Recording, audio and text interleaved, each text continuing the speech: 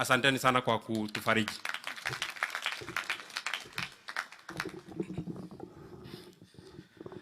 Tumpigie Mheshimiwa Medho makofi tena.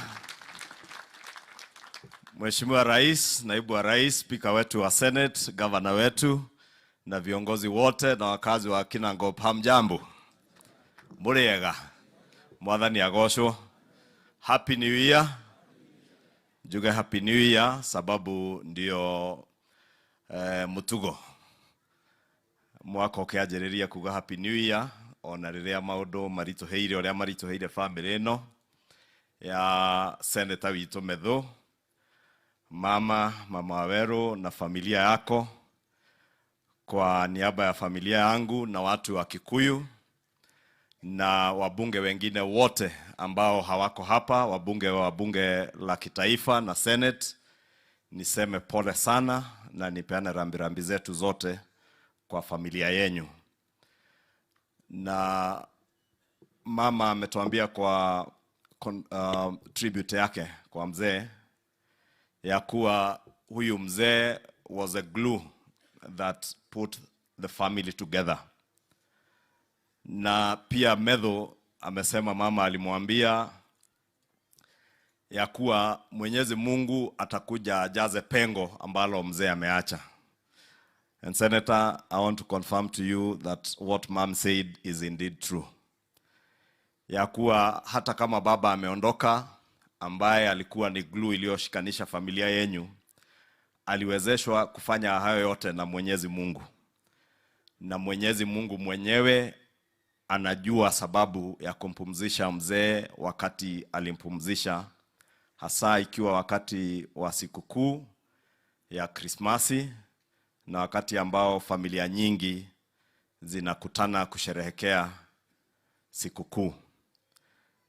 The best we can do is to pray for you and your family that God will continue to console you as a family and give you strength to be able to forge on with life, even in the absence of your dad, the husband to your mom, and a mentor, as you have said, to all of you as his children and other people in this community ya hapa Kinangop. Kwa hivyo tuwaambie pole na tutaendelea kuwaombea. Na muishi mkiamini ya kuwa hilo pengo mzee ameacha, Mwenyezi Mungu mwenyewe atalijaza. Na vile mama alikuelezea, kiti alichokuwa akikalia mzee, Mwenyezi Mungu peke yake anajua venye amepanga na ataweza kuja akalie hicho kiti kwa nyumba yenu. And we can only pray that you continue to be united as a family vile mzee alitaka. And we are happy, Senator, ya kuwa umesema vizuri ya kuwa mzee ameondoka lakini amewaacha nyinyi na amewaachia Mungu. Na najua kawaida kwa familia zetu, and I say that because I'm also my dad's last born son, na nimeona wewe pia ndiye kitinda mimba wa vijana wa mzee. Kawaida kijana kama Waweru, who is your first born, huwa ako karibu sana na mama. Na kijana yule last born huwa ako karibu sana na mzee. Na nimeona ya kuwa ni ukweli pia wewe ulikuwa karibu sana na mzee. Kwa hivyo wewe ujue kama pia kiongozi uko na jukumu kubwa zaidi kwa hii familia, kuishikilia na kuhakikisha ya kuwa mmeishi pamoja vile mzee angetaka muishi. Kwa hivyo poleni, and may God bless you and rest the soul of mzee in eternal peace. Mheshimiwa Rais, viongozi wengi wameongea na mengi yamesemwa, na sitaki kurudia yale yamesemwa. Na Mheshimiwa Rais aliyekuwa spika wetu hapa Nyandarua, Mheshimiwa Wahome, aliongea juu ya kiwanda cha Midlands cha potato processing. Na ni ukweli that industry together with the industries, our governor ameongea juu yake na waziri wetu Rebecca Miano, zenye zitakuja kwa KIPES na the EPZ centers. All those industries zitakuja kusaidia uchumi wa nchi yetu. Na hapa Nyandarua, vile Senator Karongo alisema hasa hapa Kinangop mlijulikana sana kwa kilimo cha viazi. Na taithwa ndo akeabu ne kioraigwa Karongo ake muringa ithero andu a waru. Togugaga waru ciothe ni cia Kinangop. Lakini Your Excellency, hiyo kazi ama ukulima wa viazi uko hatarini ya kuangamia sababu ya kuendelea kukatakata mashamba sana. Tukiendelea kukatakata mashamba sana, watu kujenga, hiyo industry ya Midlands haitakuwa na kazi. The KIPES and aggregation centers and EPZs that we are investing in will not be viable kama kilimo cha Nyandarua, iwe ni kilimo cha maziwa ama viazi, hatutakuwa na mashamba ya kufanyia hiyo kazi. Na ndio maana Mheshimiwa Rais, ile mpango uko nayo ya housing is critical in ensuring that we do not continue to subdivide our land further than we have. And I want to encourage Your Excellency, because a lot has been said about the state of our economy, but I stand here in the new year, Your Excellency, to assure the people of Nyandarua and the people of Kenya that our economy is stable. Our economy is regaining its foothold, courtesy of the good leadership, Your Excellency, that you have set out.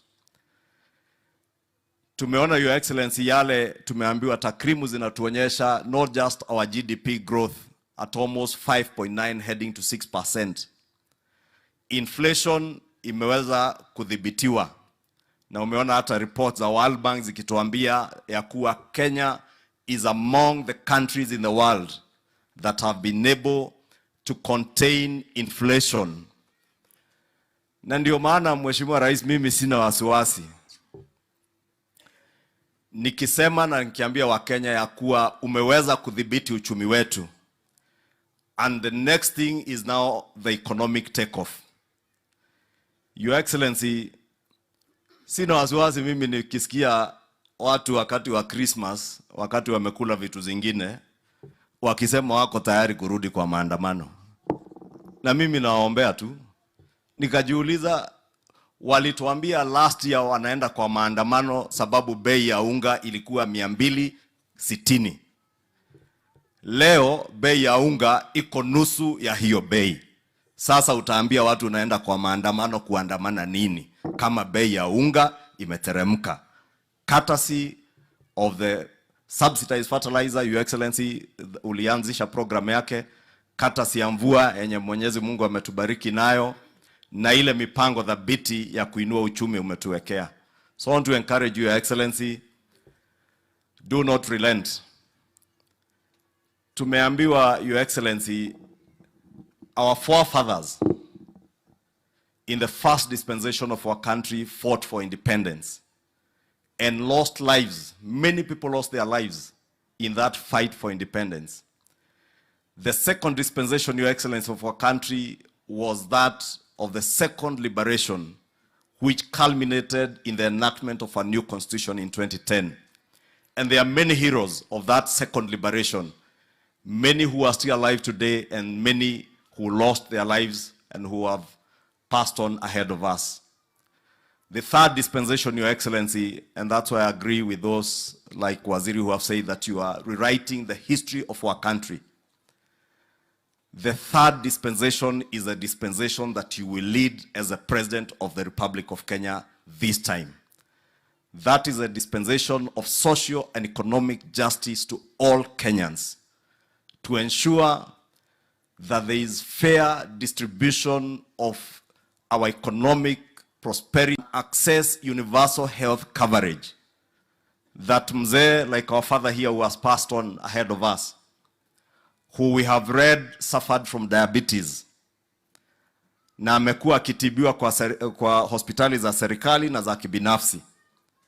And I am certain amekuwa akilipa matibabu ya kutibiwa ugonjwa wa sukari.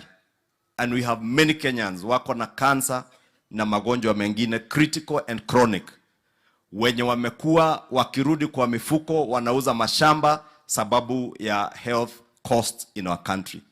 Your Excellency, as a governor has said, you have put in place a very good program under UHC, that under the Social Health Insurance Fund, sasa watu wataweza kutibiwa ugonjwa wa sukari, ugonjwa wa saratani, bila kulipishwa pesa zozote kwa hospitali zetu, ukiwa tu wewe ni member wa NHIF or Social Health Insurance Fund.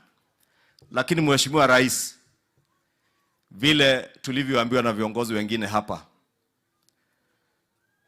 those who do not want Kenyans to enjoy that shared and collective economic prosperity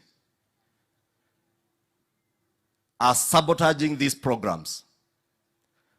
They are sabotaging your housing program. They are sabotaging that universal health coverage program and other government programs.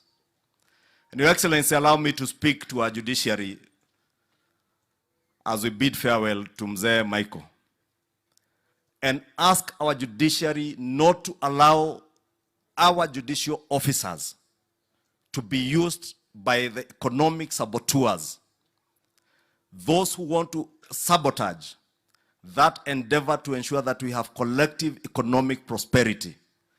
Let me ask our judicial officers not to allow themselves to be used by the cartels that are sabotaging the housing program, the program to ensure that all Kenyans access universal health coverage. Wale ambao wako kotini, Mheshimiwa Rais, ni wale ambao wamekuwa wakinufaika na uporaji wa pesa kutoka mpango wa NHIF, ndio wameweka makesi kotini.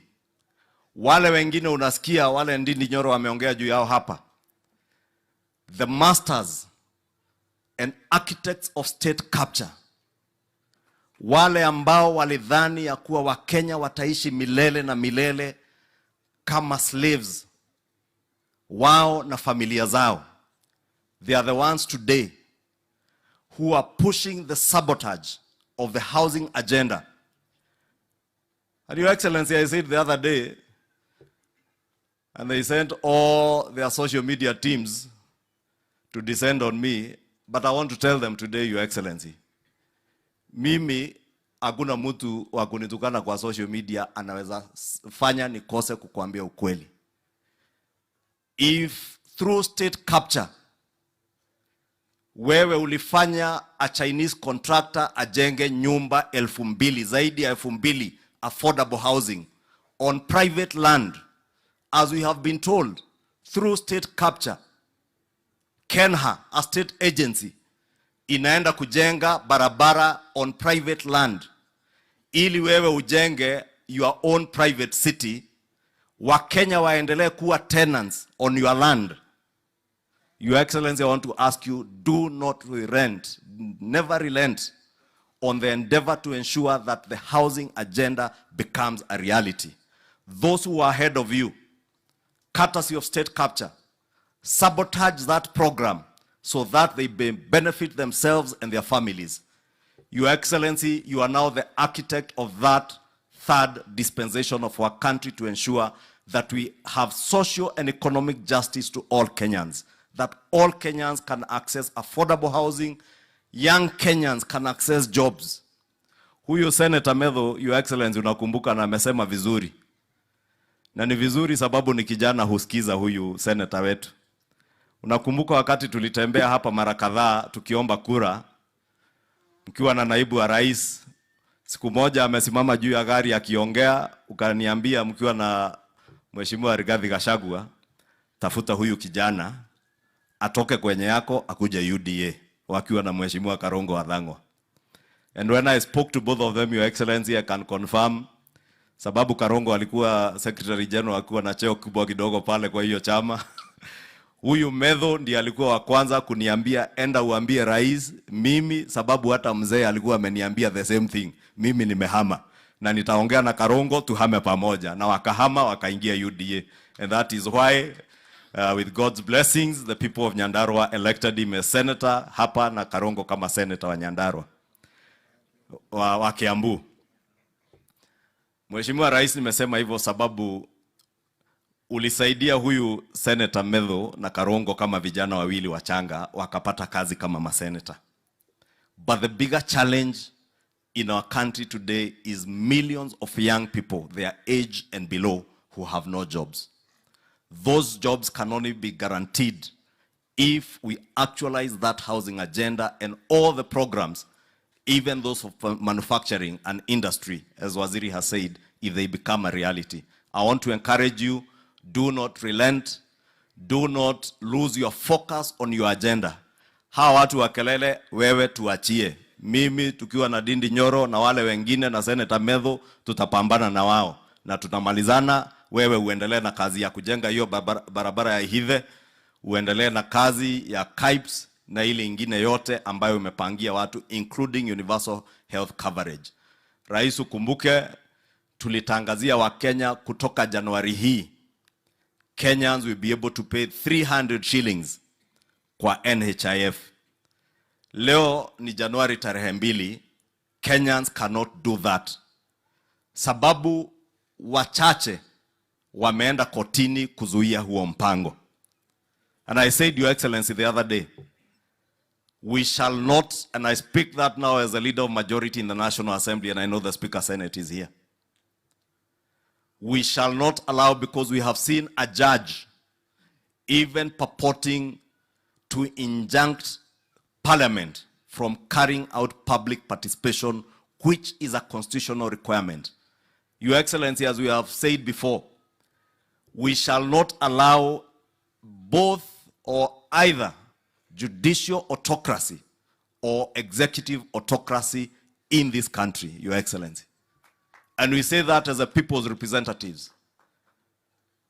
It is a constitutional duty of Parliament to carry out public participation. Therefore, Your Excellency, as we keep saying, when we are checking on you and your government to make sure there is no executive autocracy, we shall also check on the judiciary to ensure there is no judicial autocracy. Nikimalizia, Your Excellency, nimesema leo tunampumzisha mzee hapa. Watu wa Meru, Your Excellency, unajua wako na kijana rika ya Senator wetu Medho. Kijana alikuwa anaitwa Sniper, who was a social media activist or a blogger, mwenye aliuawa. And Your Excellency, because we have said you are the dispensation, the third dispensation of our republic that you are leading today is to ensure social and economic justice. Your Excellency, nafurahi DCI wanafanya juhudi kuhakikisha that those who killed that young man in Meru County are brought to justice. And I want to take this opportunity to also ask, because we have laid to rest Mzee Michael today. The family of Sniper in Meru are yet to lay him to rest, awaiting justice. We want to ask both DCI and the office of the DPP to expedite the investigations and ensure that those who killed that young man are brought to justice and charged before court. Because, Your Excellency, as you promised when you were sworn in, the era of political persecution and executions must be behind us in our republic. We must have a country where the rule of law and justice and are the order of the day rather than the exception. With those many remarks, acha nikomee hapo, na kwa heshima sana nimuulize Speaker wetu wa Senate ambaye ni Mheshimiwa Amason Jeffa Kingi, ambaye ndiye Speaker wa Karongo, atuambie kama ni ukweli hiyo imesemekana Karongo ni mtiifu, yule huwa anamharibu kidogo ni Karongo, tujue kama ni ukweli.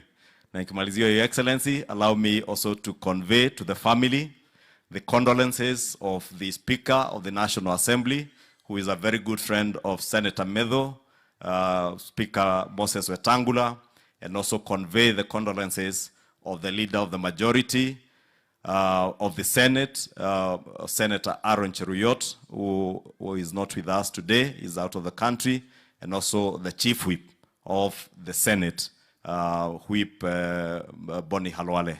Walinituma nipeane rambirambi zao kwako Senator Medho na familia yenu. Asante, Mheshimiwa Speaker wa Senate.